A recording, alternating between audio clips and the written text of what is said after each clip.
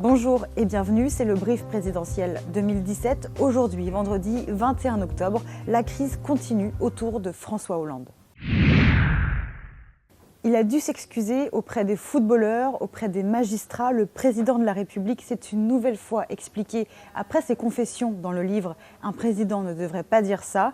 Certains propos ont été sortis de leur contexte. Ce qui compte, c'est ce que j'ai fait, a-t-il dit. Plusieurs de ses soutiens le lâchent. Manuel Valls est mieux placé que lui dans les sondages. Un nouveau membre du gouvernement ce matin prend ses distances avec le chef de l'État, c'est Matthias Fekl. Il demande à François Hollande d'avoir une vision et de donner un sens au quinquennat. On ne parle pas comme ça de ses ministres, dit Jean-Marc Ayrault à François Hollande. Vous êtes d'accord avec lui ? Moi, je suis d'accord avec ce qu'a dit Jean-Marc Ayrault sur le titre du livre, qui est la seule chose valable dans ce livre. Ça me semble un excellent résumé de la situation. Au Parlement aussi, de plus en plus d'élus pensent que François Hollande ne pourra pas se présenter. Un appel en faveur de sa candidature devait être publié. Il n'est apparemment plus d'actualité, peut-être faute de signature. À l'inverse, c'est un appel pour qu'il renonce à sa candidature qui circule depuis hier. Encore une fois, François Hollande peut compter sur l'un de ses derniers soutiens, Christiane Taubira. Je pense que les magistrats ne doutent pas qu'ils ont été respectés pendant 3 ans et demi et ce sera ainsi jusqu'à la fin du quinquennat parce qu'ils ont la mémoire pour se souvenir de toutes les invectives, de toutes les mises en cause qui ont été proférées sous le quinquennat précédent. Il faut éviter de confondre deux quinquennats qui n'ont strictement rien à voir ensemble. Les candidats à la primaire de la droite ont répondu à vos questions sur la fiscalité. Notre partenaire Jean-Thomas Le Sueur de l'Institut Thomas More décrypte les différences de programme. Bonjour Jean-Thomas Le Sueur. Bonjour Mathilde. Alors sur la question des dépenses publiques, tous les candidats veulent la baisser, mais il y a quelques nuances, notamment sur le montant. Oui, alors effectivement, c'est vraiment des petites nuances. Vous avez certains, comme Alain Juppé ou Bruno Le Maire, qui parlent plutôt de 85 milliards de baisse de la dépense sur un quinquennat, et un François Fillon qui parle de 110 milliards, mais globalement, on est dans le même étiage. Alors, pour baisser ces dépenses publiques, est-ce que les candidats adoptent tous les mêmes méthodes ? Alors, il y a une partie des méthodes effectivement envisagées qui sont à peu près les mêmes. Réforme des retraites, réforme de la fonction publique, amélioration de l'efficacité des administrations et réforme plus ou moins ambitieuse de la protection sociale. Là où il y a plus de divergences, c'est sur les aspects fiscaux. On va y venir dans une seconde. Je voudrais quand même dire que globalement, il manque chez tous ou à peu près une réflexion réellement profonde sur le rôle et les missions de l'État qui permettrait non seulement de baisser la dépense, mais aussi de rendre l'État plus agile, plus efficace et moins envahissant. Ce qui intéresse surtout les internautes, c'est la question de la fiscalité. Quels sont les points d'accord entre les candidats sur cette thématique-là ? Il y en a deux de points d'accord. Il y a la suppression de l'ISF, très clairement, et la baisse des droits de succession. L'ISF, j'y reviens pas parce qu'ils se disent à peu près tous la même chose. Sur les droits de succession, vous avez des petites divergences. Un Bruno Le Maire, par exemple, propose plutôt, lui, de faciliter les donations. Nicolas Sarkozy supprime une taxation sur les successions en ligne directe jusqu'à 400 000 €. Et un François Fillon, lui, par contre, va se concentrer sur les droits de succession sur les outils de production, c'est-à-dire les entreprises, pour favoriser le dynamisme économique. Alors je crois que sur deux points essentiels, il y a des divergences, c'est sur l'impôt sur le revenu et la TVA. Oui, alors sur l'impôt sur le revenu, vous avez deux groupes clairs, vous en avez 3 qui souhaitent clairement le baisser, c'est Alain Juppé, Jean-François Copé et Nicolas Sarkozy. 3 autres n'y sont pas favorables, considérant que l'état des finances publiques ne le permet pas ou préférant actionner d'autres leviers. Ce sont Bruno Le Maire, Nathalie Kosciusko et François Fillon. J'ajoute que Jean-Frédéric Poisson ne se prononce pas sur la question. Est-ce que ces deux groupes s'affrontent aussi sur la question de la TVA ? Oui, vous retrouvez, alors c'est pas les mêmes, mais vous avez également 2 groupes assez clairs. Vous avez d'un côté Nathalie Kosciusko-Morizet, Bruno Le Maire et Nicolas Sarkozy qui sont hostiles à l'augmentation de la TVA, considérant que la pression fiscale est déjà suffisante sur les Français et qu'il ne faut pas y toucher. À l'inverse, vous avez Alain Juppé, Jean-François Copé et François Fillon qui, eux, sont favorables à une augmentation de la TVA de 1 à 3 points, ça dépend un peu des cas, pour leur permettre de baisser, si vous voulez, les charges salariales et de faire porter sur les importations une partie de la dépense sociale. C'est ce qu'on appelle la TVA sociale. Il faut rappeler que Nicolas Sarkozy, en 2011, l'avait mis en œuvre. Et il faut aussi dire que ça marche plutôt pas mal en Allemagne. Très bien. Merci beaucoup, Jean-Thomas Le Sueur. On se retrouve vendredi prochain. Merci à vous.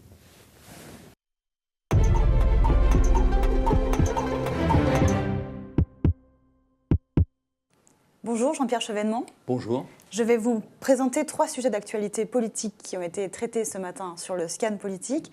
Vous en choisirez un et on le commentera ensuite ensemble. Tout d'abord, ce nouveau sondage qui donne Valls en meilleure position que François Hollande pour l'élection présidentielle. Le deuxième sujet ce matin, François Hollande qui se justifie une nouvelle fois sur le livre Confidence. Ce qui compte, c'est ce que j'ai fait, a-t-il dit. Et enfin, un troisième sujet sur Jean-Frédéric Poisson, candidat à la primaire de la droite, qui se rapproche de Robert Ménard et de Philippe de Villiers. Quel sujet vous choisissez ce matin de commenter? Alors, je ne veux pas commenter les sondages, ni des rapprochements microscopiques. Je préfère aborder cette question qui a pris beaucoup d'importance. Le livre du président de la République... Vous l'avez lu, ce livre? Je l'ai acheté. Oui. Et je l'ai lu jusqu'à la page 12, où j'ai vu que ces deux journalistes refusaient au président de la République de lui soumettre les propos qu'il avait tenus et qui étaient enregistrés, et ajoutaient il n'a pas insisté, c'est tout à son honneur, d'ailleurs ce n'était pas négociable. Et j'ai trouvé ça absolument confondant, car c'est une capitulation du pouvoir politique devant le pouvoir médiatique. Et je considère qu'il y a quelque chose qu'il faut absolument éviter. Alors ensuite, j'ai feuilleté, parce que tout ça me paraissait plus très important.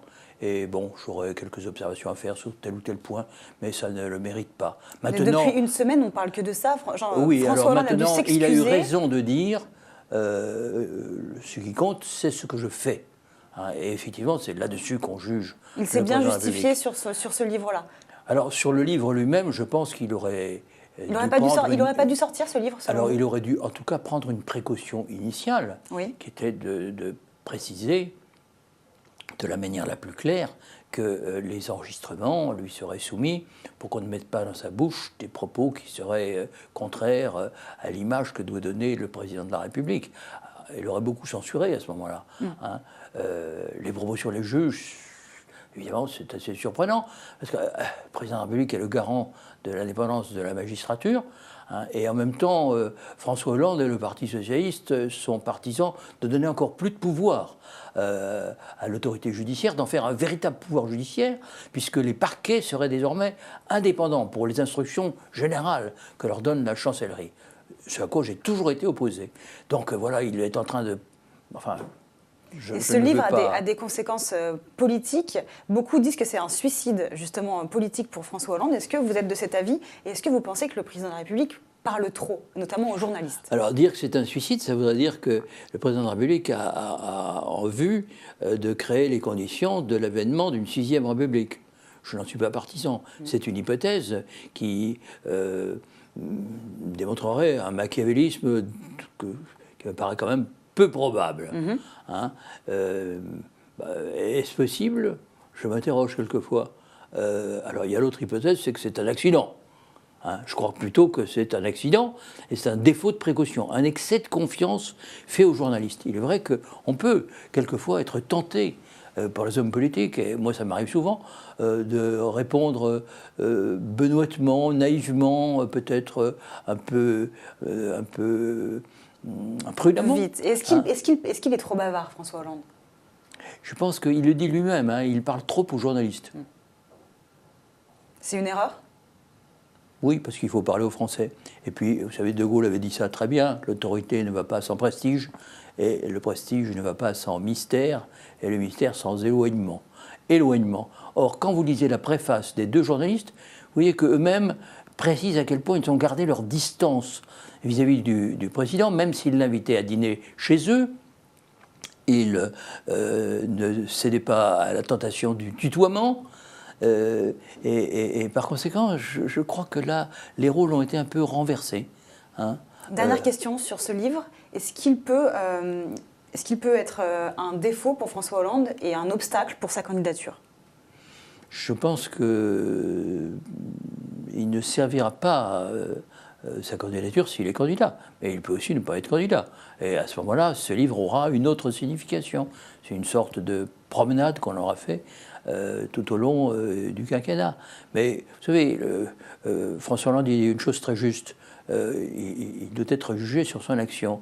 Je vous renvoie à un article du Nouvel Observateur. J'ai trouvé qu'il était... Son interview ?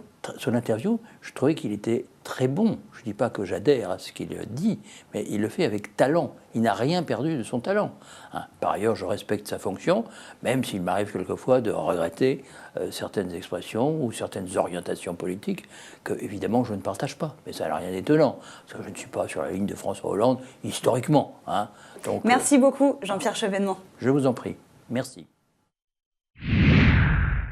La campagne se poursuit à droite. Nicolas Sarkozy est à Toulon ce soir. François Fillon, lui, est en Normandie. Nathalie Kosciusko-Morizet est en Dordogne jusqu'à demain.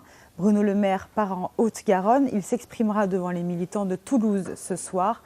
Jean-Frédéric Poisson est en Corse. Il animera une réunion publique sur les chrétiens d'Orient. Tous les candidats à la primaire de la droite, ou presque, sont contre Jean-Frédéric Poisson. Le député, qui est lui aussi candidat, a dit dans un entretien à Nice Matin qu'Hillary Clinton était soumise aux lobbies sionistes. Le CRIF a demandé hier une sanction exemplaire contre ses propos.